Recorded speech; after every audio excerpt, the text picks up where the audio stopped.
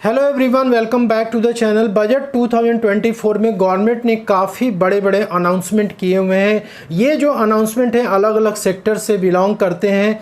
उसमें से ही एक जो अनाउंसमेंट किया गया वो है इनकम टैक्स के लिए। तो इनकम टैक्स में काफ़ी सारे चेंजेस गवर्नमेंट ने कर रखे हैं।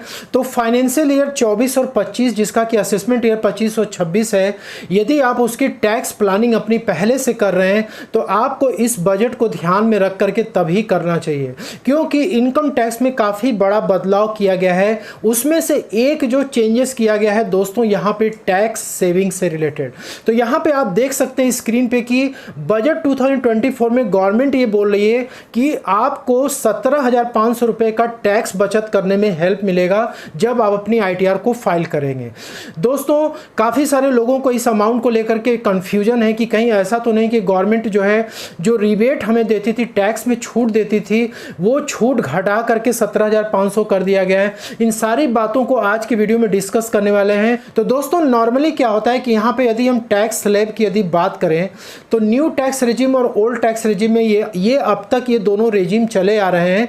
ओल्ड टैक्स रेजिम की यदि स्लैब रेट की बात करें तो आप यहाँ पे देख सकते हैं कि 2.5 लाख तक तो नील होता है टैक्स, और 2.5 से 5 में 5% का रेट है, 5 से 10 में 20% और 10 लाख के एबव में 30% का रेट एप्लीकेबल है। वहीं पे यदि आप न्यू टैक्स रेजिम को ऑप्ट करते हैं तो 3 लाख तक कोई भी टैक्स नहीं लगता है। 3 से 6 के बीच में आपकी इनकम आती है तो 5%, 6 से 9 में 10%। तो यहाँ पर आप नीचे जितना जाते जाएंगे 3 लाख रुपए का डिफरेंस आपको मिलता जाएगा, और टैक्स रेट में आप देख सकते हैं 5% का डिफरेंस आपको मिलता जाएगा। लास्ट में आप आएंगे तो 15 लाख के एबव के स्लैब में यदि आप आते हैं तो 30% का रेट आपको यहाँ पे करना पड़ता है।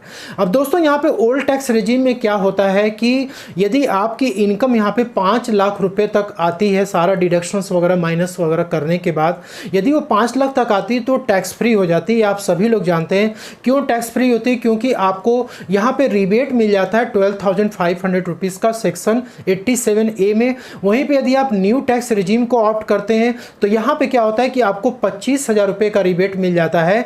मतलब कि आपकी यदि टोटल इनकम 7 लाख रुपए तक यदि न्यू टैक्स रेजिम में आती है डिडक्शंस वगैरह लेने के बाद, ठीक है, तो उस केस में जो भी टैक्स आपका बनेगा 25,000 रुपये के आसपास 7 लाख तक टैक्स बनता है, लेकिन 87A में आपको यहाँ पे रिबेट मिल जाता है।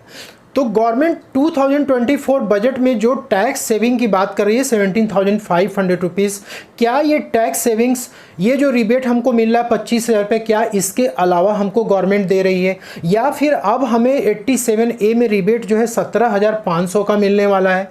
ठीक है, इसको हम क्लेरिफाई करने की कोशिश करेंगे। तो 87A का रिबेट जो दोस्तों वो अलग है, और जो टैक्स सेविंग बजट 2024 में अनाउंस किया गया 17,500 रुपये का वो अलग है। तो टैक्स सेविंग 17,500 को समझने के लिए यहाँ पे एक छोटा सा एग्जांपल हम लेंगे जिससे कि हमको क्लियर हो जाएगा।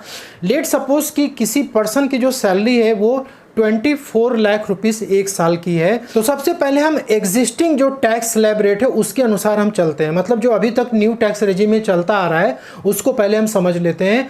तो ग्रॉस सैलरी यहाँ पे लेट सपोज कि 24 लाख रुपीस है, और यहाँ पे स्टैंडर्ड डिडक्शन क्या होता है कि 50,000 रुपीज़ का मिल जाता है न्यू टैक्स रेजिम में। तो यहाँ पे जो नेट टैक्सेबल सैलरी आई ये 23,50,000 रुपीज़ की आई। अब ये जो टैक्सेबल, इसके ऊपर टैक्स जो है कैलकुलेट किया जाएगा। हम ये अज्यूम कर रहे हैं कि इस पर्सन का कोई भी अदर डिडक्शन नहीं है। जैसे न्यू टैक्स रेजिम में आपको पता है कि कोई भी डिडक्शंस आपको नहीं मिलता 80C से 80U तक, सिर्फ और सिर्फ 80 CCD2 का डिडक्शन मिलता है। तो हम ये अज्यूम करते हैं कोई डिडक्शन नहीं है, ठीक है। तो 23,50,000 रुपये नेट टैक्सेबल सैलरी आई। अब ये जो बजट में चेंजेस किया गया है जो कि फाइनेंशियल ईयर 24 और 25 के ऊपर एप्लीकेबल होगा, जब आप अपनी ITR 25 और 26 की फाइल करेंगे तो उसमें आपको ये देखने को मिलेगा, ठीक। तो यहाँ पे क्या हो रहा है दोस्तों कि ये जो स्टैंडर्ड डिडक्शन थी 50,000 वाली, इसको बढ़ा करके 75,000 रुपये कर दिया गया, ठीक। तो 75,000 रुपीज़ का स्टैंडर्ड डिडक्शन माइनस करने के बाद नेट टैक्सेबल सैलरी अब यहाँ पे कितनी आ रही है? 23,25,000। अब हम इन दोनों पे ही टैक्स का कैलकुलेशन करेंगे, देखते हैं कि कितना डिफरेंस आता है। तो यहाँ पे हम कैलकुलेशन करेंगे। यहाँ पे 23,50,000 रुपीज़ आया, इसका पहले कैलकुलेशन कर लेते हैं। 3 लाख तक तो नहीं लाएगा, 3 से लेके 6 के बीच में गया तो यहाँ पे 5% का रेट लग गया, 15,000 रुपीज़ टैक्स बना। ठीक है, ऐसे ही करके हम क्या करेंगे, क्योंकि 23,50,000 रुपीज़ हमारा नेट टैक्सेबल सैलरी है, तो हम 15 लाख तक तो एज यूजुअल हम कैलकुलेट करते चले जाएंगे। तो यहाँ पे 60,000 रुपीज़ का टैक्स आपका बनेगा। अब जो रिमेनिंग इनकम बचेगा, क्योंकि एबव 50 लाख के ऊपर जो जाएगा वो 30% के ब्रैकेट में आएगा। ठीक है, तो अब यहाँ पे क्या हो रहा है, दोनों का डिफरेंस हम निकाल लेंगे, 23,50,000 और 15 लाख का डिफरेंस यहाँ पे निकाल लेंगे। तो जो रिमेनिंग हमारी इनकम जो बचेगी उस पर 30% का यदि हम टैक्स कैलकुलेट करेंगे, लगभग 8,50,000 रुपीज़ आएगा, जिसपे कि 30% का टैक्स रेट लगेगा। तो टैक्स अमाउंट आया 2,55,000 और यहाँ पे जो टोटल टैक्स हमारा बना 4,05,000 रुपीज़ बना as per existing slab rates, जो कि न्यू टैक्स रिजिम में अभी चल रहा है। अब हम आते हैं दोस्तों बजट 24 में जो चेंज किया गया है, टैक्स स्लैब को चेंज कर दिया गया। तो सबसे पहले आप देख सकते हैं यहाँ पे स्लैब रेट में चेंजेस किया गया है। 3 लाख तक तो नील है, अब 3 से लेके 7 तक यदि आपका इनकम आता है तो 5% का टैक्स रेट लगेगा। तो दोस्तों न्यू टैक्स रेजिम में बजट के बाद जो चेंज किया गया, अब यहाँ पे 1 लाख रुपए का आपको यहाँ पे क्या हो रहा है, रिलैक्सेशन दिया जा रहा है कि भाई आपका यदि 3 से 7 के बीच में आएगा तो आपको 5% देना पड़ेगा। पहले क्या था, 3 से 6 के बीच में था तब आपको 5% देना होता था। जो 1 लाख रुपए था वो नेक्स्ट वाले स्लैब में जाता था, तो 10% का रेट आपको लग जाता था। तो ये चेंजेस किया गया है बजट 2024 में। तो यहाँ पे टैक्स बना 20,000। इसके बाद 7 से लेके 10 के बीच में यदि आप आते हैं तो 10% का रेट है। अगेन यहाँ भी चेंजेस कर दिया गया है। आप देख सकते हैं यहाँ पर कि अमाउंट तो आपका सेम आएगा टैक्स का, दोनों में ही अमाउंट टैक्स सेम आएगा, तो फिर इस अमाउंट को चेंज करने का कोई मतलब नहीं है, क्योंकि दोनों में ही हमारा टैक्स अमाउंट सेम आ रहा है। ठीक, अब हम आते हैं 10 से 12 के बीच में। तो 10 से 12 के बीच में 15% का रेट है, तो यहाँ पे 30,000 रुपीज़ टैक्स बना, लेकिन यहाँ पे 45,000 रुपये टैक्स बन रहा था। तो दोस्तों यहाँ पे क्या हो रहा है कि एग्जिस्टिंग वाले में ज़्यादा टैक्स हमको पे करना पड़ रहा था। इसका 12 से 15 के बीच में देख सकते हैं 20% 60,000 बना और यहाँ भी 60,000 है, तो इसमें भी कोई बहुत बड़ा चेंजेस नहीं किया गया है। 15 लाख के ऊपर यदि आप जाते हो तो 30% का रेट जब लगा तो यहाँ पे आप देख सकते हो कि आपको टैक्स पे करना पड़ा 2,47,500 और यहाँ पे दोस्तों 2,55,000 आपको पे करना पड़ रहा था। आप देखिए इस चीज़ को आप ध्यान से समझिए कि एक तो यहाँ पे चेंज किया गया जिसके वजह से कि पहले हम क्या कर रहे थे 15,000 रुपये टैक्स दे रहे थे, अब हम यहाँ पे क्या करेंगे 20,000 रुपये का टैक्स देंगे। तो दोस्तों यहाँ पे 5,000 रुपये का टैक्स हमको ज़्यादा देना पड़ रहा है। ठीक, लेकिन जब आप यहाँ पे आते हैं 10 से 12 वाले स्लैब में, तो यहाँ पे आपको पहले 45,000 रुपये देना पड़ा था, लेकिन अब इसमें 30,000 रुपये आपको देना पड़ेगा। तो इसका मतलब 15,000 रुपये की आपने क्या कर ली, टैक्स सेविंग कर ली। इसके बाद आप आ जाइए नीचे, यहाँ पे जो आपको यहाँ पे रिबेट मिल रहा था, यहाँ पे 50,000, यहाँ 75,000, तो आपको एक्स्ट्रा जो डिडक्शन मिल रहा है इसके वजह से भी क्या हो रहा है कि आपका ये जो टैक्स अमाउंट है ये क्या हो जा रहा है, कम हो जा रहा है। तो दोस्तों आप यहाँ पे देख सकते हो 255 दे रहे थे, अब 247 आपको देना पड़ रहा है। तो अगेन आपने क्या किया 7,500 यहाँ भी आपने बचा लिया। तो अब क्या हो रहा है, टोटल मिला के आपका कितना हो गया 22,500 हुआ।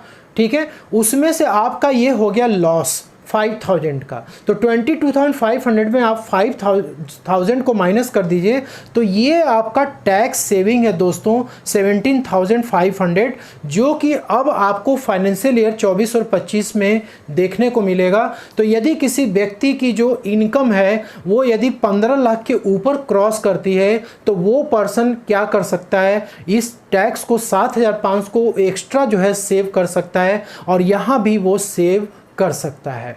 ठीक है, तो आई होप कि आपको ये कॉन्सेप्ट क्लियर हो गया होगा। ये यदि डिडक्शन दोस्तों यदि नहीं बढ़ा होता है तो फिर इस केस में क्या होता है कि यहाँ पे चेंजेस आपको लास्ट वाले कॉलम में देखने को मिलता है। दोस्तों ये जो 17,500 है ये टैक्स का कैलकुलेशन जब होगा आपके इनकम पे तो उसमें आपको ये सेविंग देखने को मिलेगी। इसका मतलब ये नहीं है कि आपको ये 87A का जो रिबेट मिलता था उसमें आपको ये चेंज किया गया है। तो ये दोनों ही अलग अलग चीज़ें हैं और यहाँ पर यदि आप देखें तो 7 लाख रुपए तक जो टैक्स आ रहा है वो 20,000 रुपीज़ आ रहा है। और अभी यदि देखा जाए न्यू टैक्स रेजिम में तो 7 लाख रुपए तक जो टैक्स का एग्जेम्पशन मिलता था, मतलब कि रिबेट मिलता था 87A में 25,000 रुपये का। अब यहाँ पे आप देख करके आपको क्या लगता है कि गवर्नमेंट जो है अभी तक 87A का जो रिबेट है फाइनेंशियल ईयर 24-25 के लिए अभी तक कोई अनाउंसमेंट नहीं किए। तो यदि कोई अनाउंसमेंट नहीं आता है तो हम ये मान के चलेंगे कि अब रिबेट भी हमें क्या मिलेगा, 20,000 रुपीज़ का ही मिलेगा। यदि 7 लाख रुपीज़ ही हमारा मेन रेट है, स्लैब रेट है, जो कि न्यू टैक्स रेजिम में है, जिसपे कि टैक्स हमारा क्या हो जाता है, फ्री हो जाता था। तो 7 लाख रुपए पे पहले क्या होता था कि 25,000 रुपये का टैक्स बनता था, इसलिए 87A में वो छूट मिलता था, जीरो हो जाता था। लेकिन अब जो है बजट 2024 की वजह से अब 20,000 का टैक्स बनेगा और 87A में आपको 20,000 रुपये का रिबेट मिलेगा। लेकिन अभी तक कोई अनाउंसमेंट नहीं है, इसलिए आपको इसको मिसअंडरस्टूड नहीं करना है। जब 87A का कोई भी आपको अनाउंसमेंट यदि आता है तब आप उसको सही मान करके चलिएगा। तो दोस्तों आई होप कि आपको 17,500 टैक्स सेविंग का कॉन्सेप्ट क्लियर हो गया होगा। वीडियो में दी गई जानकारी यदि आपको अच्छी लगी तो लाइक शेयर जरूर करें। मिलते हैं नेक्स्ट वीडियो में, तब तक के लिए जय हिंद जय भारत।